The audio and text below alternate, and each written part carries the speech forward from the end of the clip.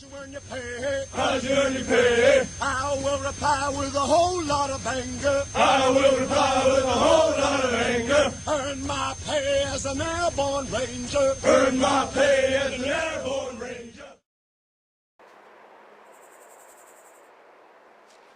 What really happened, the reason why I hit high and hit right, is because there is an inconsistency in the ACE system in Arma 2 for long-range shooting. I shouldn't say the ACE system in general, I should say the ACE charts. When the ACE development team was making these charts, I don't know what it was, but it was likely a human error, systematic error that got carried over, because it's an additional correction factor that you need to make to hit the center of your target. All these 7.62 precision rifles, at long range, they all shoot high. M110, or the M24, or the HK 417, or it's not 417, the Mark 17 sniper variant, they all hit high. And that's just because it's a slight inconsistency in the ACE version of Arma. Now the windage is slightly off, as you saw it hit to the right as well. That is because to hit the center of your target, you have to multiply by a correction factor again of 0.85. I don't know why, it just turns out that the chart values in here are all off by, they're larger than they should be.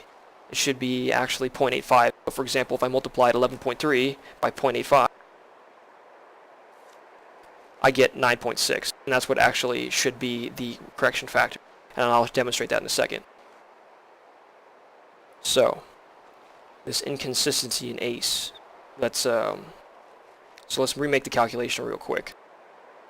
So, the windage is 1.87, as we recall, divided by 4, multiplied by the windage factor given to that we estimated, 8.3, times our new, the Arma, I should say, the ACE inconsistency factor, I should say. Basically what I like to call it. And you get a new correction factor of 3.3 essentially instead of 3.88. So let's round it down to 3 minutes of angle, like it should have been. And let's keep our, it was at 28 we said, so let's keep it at 27 now, because we know our round shoots high. So now we have our shot set up.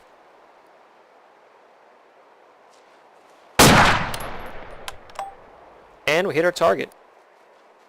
Let's see where it hit. And it hit pretty much dead on center. And let's take a few more shots just to demonstrate this.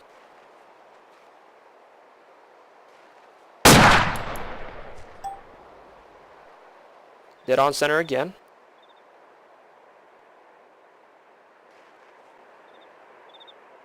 Now there's one more part that I'd like to illustrate. One more technique I'd like to illustrate, or demonstrate, I should say. And that is the difference between making scope corrections and holding off. Making scope corrections is what I just did. I use the arrow keys on my keyboard to change the minute of angle correction to re-zero my rifle at different ranges, and to compensate for windage effects. And that's all well and good, if you want to do it that way. There's nothing wrong, per se, with that method. But there's another method called holding off that will make your life a lot easier. It takes a bit of practice to get used to. So what holding off does is you take into account the distance. Actually, let's re-zero my rifle here for the default.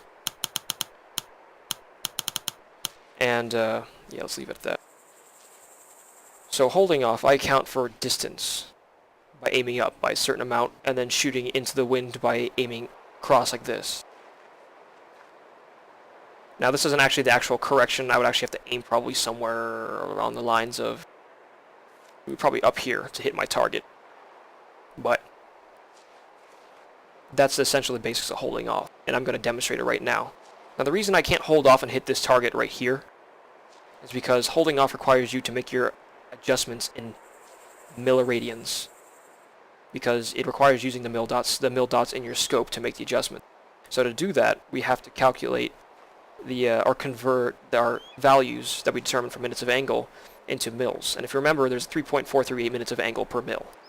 So let's do that right now. 27 minutes of angle divided by 3.438 gives me 7.8 mils. So I'd actually have to aim up about 7.8 mils, which is probably, as I said, somewhere up here. And then the correction factor that we did was around 3 minutes of angle. So 3 divided by 3.438. And it gives about 0.8 minutes of angle. So it'd probably be around like here to make the shot. But anyway, the maximum effective range for actually holding off is around 700 meters. Because you cannot effectively hold off beyond the range of your scope. As you had to see, I had to go beyond the 5 mil range of my scope. I'm having to aim down somewhere here in the post just by kind of fudging it. And you don't want to do that, especially when your first shot counts. So what I'm going to do is reduce the range to about 600 meters, and I will demonstrate this technique.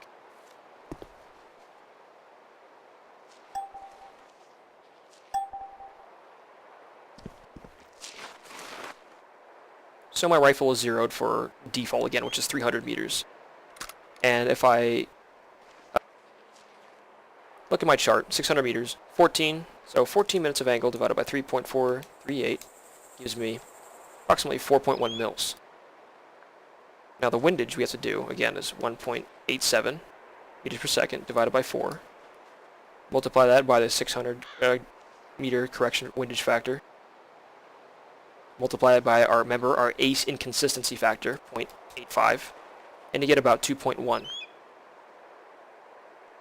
So that's minutes of angle. Now we still need to convert into mils. So divide by 3.438, and we get about 0.6 mils.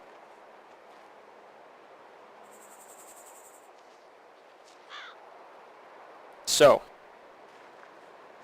4 mils high and 0.6 mils into the wind.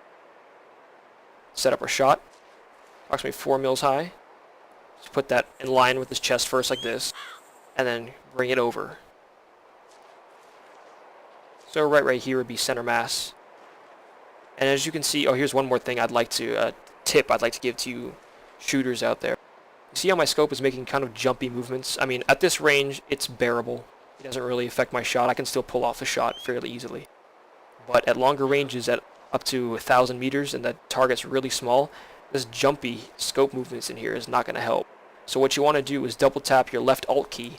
The same alt key that lets you look around like this. You're going to double tap it so it locks your view like this, and look down your scope, and you'll suddenly see that you make really smooth scope movements. Tell me to pull my bipod again. Really smooth scope movements. You can make really minute correction. So, back to what we were doing. 4 mils, center mass, 0.6 mils across, and fire. And let's see where we hit. Dead center, right in his chest. So that is the hold-off method.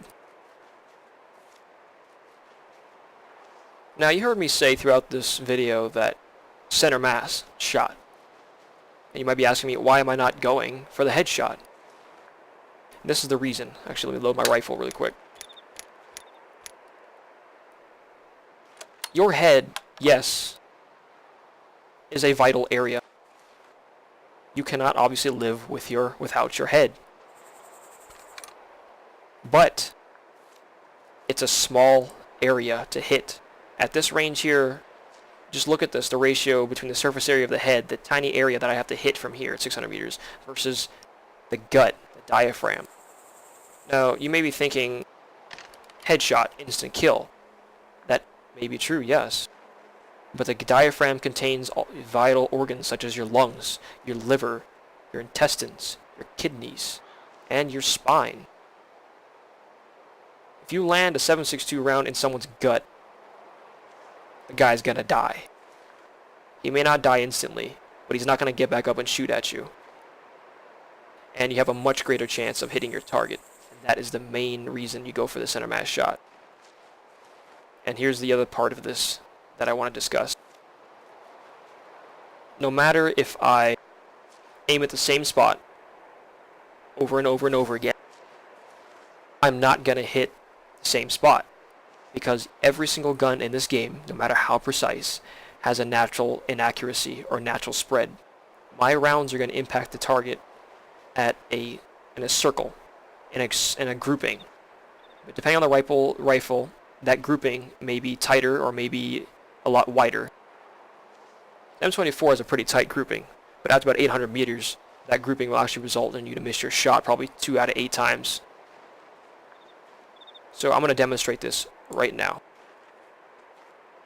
But first, to get the most precise shot possible, I'm going to make the minute of angle correction, so I just have to aim for the center mass. So see, 14 and 2 minutes and 2 minutes of angle, as we recall. 2 minutes of angle and 14.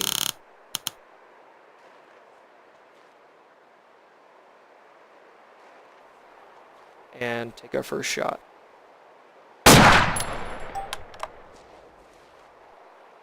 Dead on center. I'm going to aim for the same exact spot, right in the center. Now that hits slightly up and to the left. It's not because I messed up my shot. It's not because I made the wrong calculations or changed anything. This rifle has a natural spread, a natural inaccuracy, which also may be enhanced by the fact that this map has dynamic windage. The windage changes ever so slightly and instantaneously, and that may also contribute to it. But I've done tons of hours of shooting on this long range here with very little wind and very strong wind, and there is natural inaccuracy to this rifle. And that shot right there pulled off to the left, most likely because of the wind. Actually, it's not actually that inaccurate. You can actually consistently hit a target at 800 meters with this rifle if there's no wind.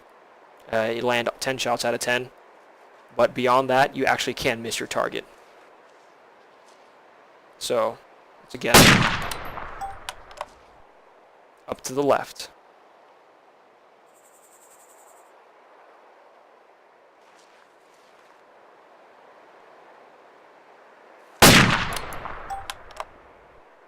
And up to the left again.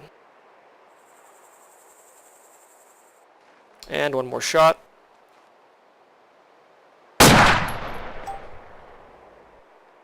Slightly up to the left. So you see the grouping there, even though I aimed for the same exact spot every time, the grouping was slightly off. Just a little bit of spread there. But that's also, taking into account, that's also a bit due to the wind. So, anyway, that wraps up this video and basic marksmanship course. I hope you take what you learned here and you apply that in the field and become a better shooter. See you guys later.